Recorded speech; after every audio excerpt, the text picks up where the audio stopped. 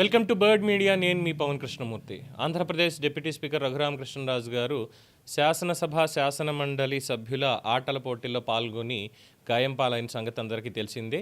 AIG హాస్పిటల్లో ఆయనకి చిన్నపాటి శస్త్రచికిత్స జరిగి ఆయన ప్రస్తుతం డిశ్చార్జ్ అయ్యి కోలుకుంటున్నారు అనేటువంటి విషయం కూడా అందరికీ తెలిసిందే. అయితే దీనికి సంబంధించి సస్పెండెడ్ ఐపీఎస్ అధికారి పివి సునీల్ కుమార్ వివాదాస్పదమైనటువంటి వ్యాఖ్యలు చేశారు. ఆయన సోషల్ మీడియా వేదికగా జస్ట్ అలా పడిపోతేనే 2 చోట్ల ఎముకలు విరిగాయి, నిజంగా కస్టడీలో ఎవరైనా కొట్టి ఉంటే ఎన్ని ఫ్రాక్చర్లు ఉండాలి, అది కూడా ఆయన వర్ణించినంత దారుణంగా కొడితే అబద్ధాలు బయటపడుతున్నాయి, నిజం దాగదు అని ఒక పోస్టు.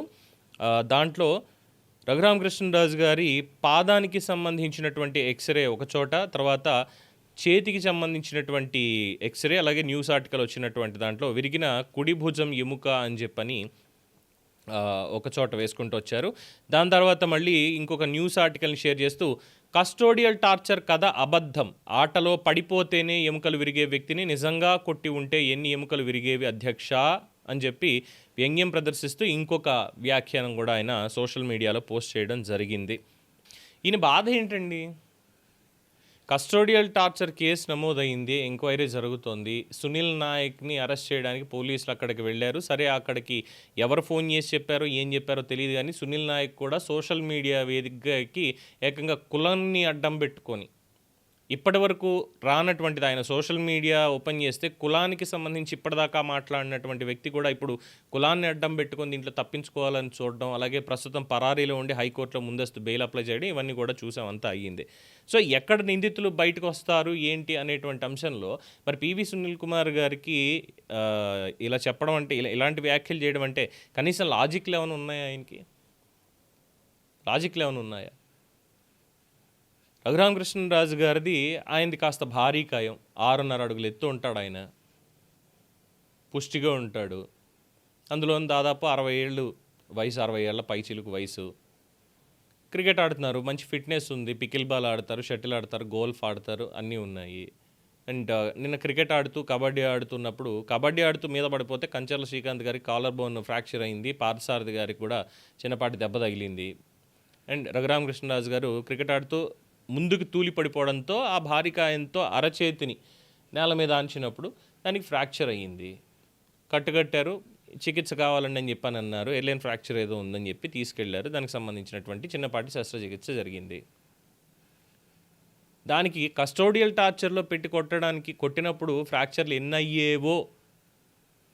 అయ్యేవో మొత్తం బరువంతా కూడా వెళ్ళిపోయి, అంటే ఈ లాజిక్ ఆయనకి తెలియదు, ఐపీఎస్ ఎవరు ఇచ్చారో నాకైతే తెలియదు. మరి మొత్తం బరువంతా కూడా, ఎందుకు ఇప్పుడు నేనే ఉన్నాను, నేనే చిన్నప్పుడు పడిపోయాను, బెణికింది గట్టిగా, దాదాపు 15 రోజులు పాటు కట్టేశారు కాలుకి.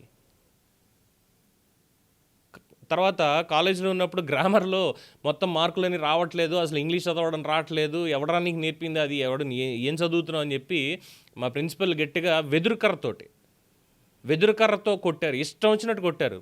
వాతలు తేలిపోయి చర్మం అక్కడక్కడ ఏమైనా ఒకసారి చిట్లిందేమో కానీ అప్పుడేమీ ఇదవ్వలేదు. పర్టికులర్గా ఒకటే ప్లేస్లో ఎంత సైజు కర్రతో కొడితే విరుగుతుంది అనేది కూడా అందరికీ తెలిసిందే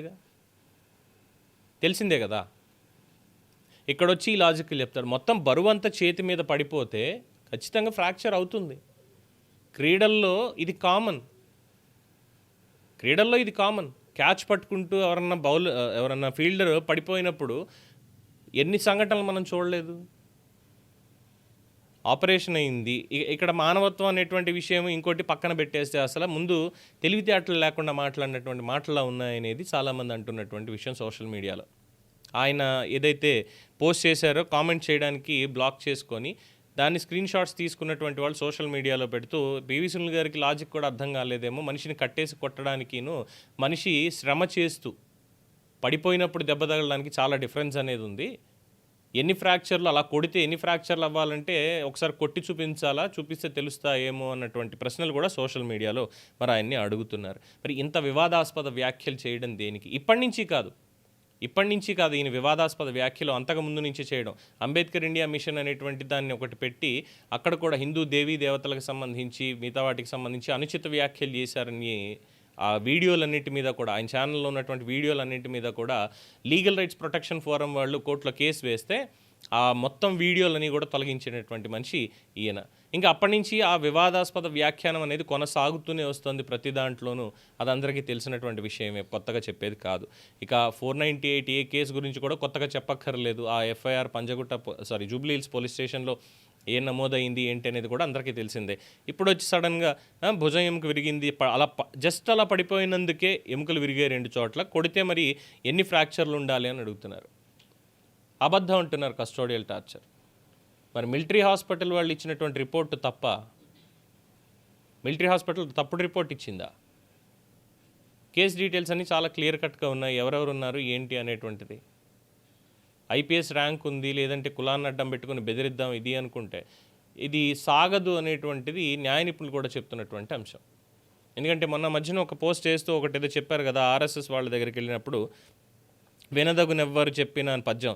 మరి పియు సునీల్ గారికి తెలియలేదా వినదగునెవ్వరు చెప్పినా అనేటువంటి ఆ పద్యంలో తాత్పర్యం కానీ దాని అర్థం కానీ తెలియలేదా అని చెప్పి కూడా ప్రశ్నిస్తున్నారు. చూద్దాం మరి రఘురామకృష్ణరాజు గారు ఎలా స్పందిస్తారో దీని మీద, వారి కౌంటర్ ఎలా ఉంటుందో. దీని మీద మీ అభిప్రాయాలు తెలియచేయండి. చూస్తూనే ఉండండి ది బర్డ్ మీడియా.